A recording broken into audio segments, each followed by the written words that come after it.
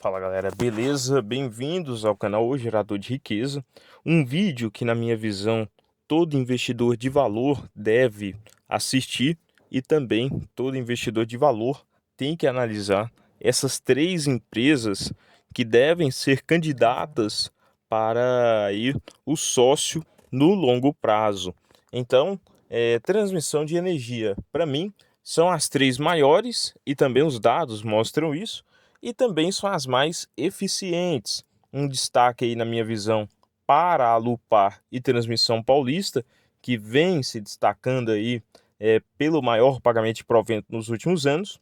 Só que, na minha visão, o setor no geral, né, de transmissão, claro, de energia, mas de transmissão em específico, que é um subsetor de energia, é o setor mais perene da bolsa, na minha visão. Uma vez que eu irei demonstrar aqui para vocês, de forma bem clara, bem sucinta, sem enrolação, para que você, investidor, saia daqui entendendo alguns critérios interessantes e como analisar, como detalhar os números que a empresa disponibiliza, o quão é importante essa questão do RAP, da sigla RAP, e também da perenidade. De onde que vem essa perenidade do o qual nós tantos investidores de valor defendemos em relação, por exemplo, à Taesa, em relação, por exemplo, à Transmissão Paulista. Então, a perenidade das três companhias aqui citadas estão no fato de que suas receitas provêm do quanto elas disponibilizam de energia nas suas linhas de energia e não em quantidade. E outro fator interessante é que boa parte dos contratos dessas companhias foram feitos, né, e são feitos para o longo prazo. E outro fator interessante é que boa parte desses contratos ou são reajustados no curto prazo pelos fatores IPCA ou IGPM, ou são também reajustados entre 5 a 10 anos, dando ao investidor defensiva, né, tática defensiva de investimentos para a defesa contra aí, a inflação no curto, médio e longo prazo. Então, as três empresas, me desculpe, estão aí dependentes da sigla RAP, que significa basicamente o quanto que essas empresas disponibilizam de energia para as distribuidoras, que são seus maiores consumidores ou clientes finais. Com tudo isso, nós temos que entender outros critérios interessantes, que é também o Sistema Nacional Interligado, né, que é o sistema que une, abrange aí todas as transmissoras, todas as redes de transmissão de energia do Brasil, passa por essa grande rede, né, digamos assim, por essa grande malha energética que dá 145 mil quilômetros aí de extensão Brasil afora. Outro fator é que o prazo de contrato em média das três companhias, sendo Transmissão Paulista, Taesa e Alupar, está aí na faixa de 30 anos, duração em média, e também, como eu já citei, todos eles, em sua grande parte, né, em sua grande maioria, é o caso da Taesa, ajustado pelo índice IGPM, e em sua grande maioria da Alupar e PCA, Transmissão Paulista também pelo IPCA.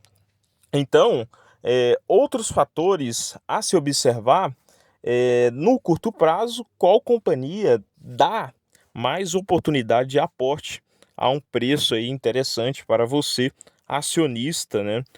Uma vez que eu tenho as três na carteira, qual, na minha visão, é a oportunidade deste momento? Isso não significa que eu estou indicando a compra ou venda do ativos. E também não significa que, se você tem Taesa, você vai vender Taesa e só comprar Transmissão Paulista. Não, o intuito do vídeo é educativo e também elucidar o fato do que é essas companhias para você fazer a sua análise e também tomar a sua decisão de compra ou venda. Então, o primeiro comentário aqui que eu darei é sobre a Lupar, e é a companhia que eu mais tenho aportado em relação às outras duas, né, Taesa e Transmissão Paulista, mesmo que o dividendo no curto prazo dessa companhia, sendo menor que as outras 2 aqui citadas. O fator principal na minha visão é, o baixo EV/EBITDA, né, EV/EBIT também, que é os indicadores mais eficientes aí para saber se a companhia está ou não barata. Além disso, um destaque muito interessante para as ações da Alupar é que a companhia em si tem trabalhado bastante no crescimento das margens e também no investimento de curto prazo, velando aí pela maior participação e em receitas, né, no caso RAP, disponibilizar mais linhas com construções, principalmente na região norte, uma região não tão assim explorada pelas outras transmissoras e empresas de energia, e que eu vejo que é sim o futuro, né? Então, outro fator a ser interessante é que, na minha visão, podemos ter alteração no estatuto da Alupar em relação à sua política de dividendos. Lembrando que ela distribui aí em média, né, de dividendo payout, ou seja, do seu lucro, do quanto que ela lucra, ela distribui aí em média 35 a 40%, bem abaixo aí, por exemplo, de Taesa, que você tem 80, 90%, e você tem Transmissão Paulista 50, chegando a 60%. Mas, né, como vocês podem ver aqui, a Transmissão Paulista, ela também fez esse movimento há 6, 7 anos atrás. Ela fez esse movimento, saindo de 30, 40% de dividendo payout e virando a vaca leiteira que é hoje. Então, eu também vejo, com esse crescimento exponencial nos lucros, a Alupar chegando, indo para esse rumo. Então, na minha visão, a melhor oportunidade do setor de transmissão para o longo prazo. Então, a segunda companhia, como nós já citamos, é da Taesa, Transmissora Aliança de Energia. E para a Taesa a gente tem que fazer um alerta muito interessante, que é os resultados dos últimos trimestres devem ser considerados como o que? Como resultados vindos aí da inflação. Então o investidor tem que ter cuidado a isso, mas a situação dos contratos e concessões estão bem tranquilas, mas não se deve esperar, por exemplo, que a Taesa continue pagando um dividendo de 16%. Vejo muitas pessoas, muitos investidores já fazendo projeções aí malucas na casa de 15%, 16%.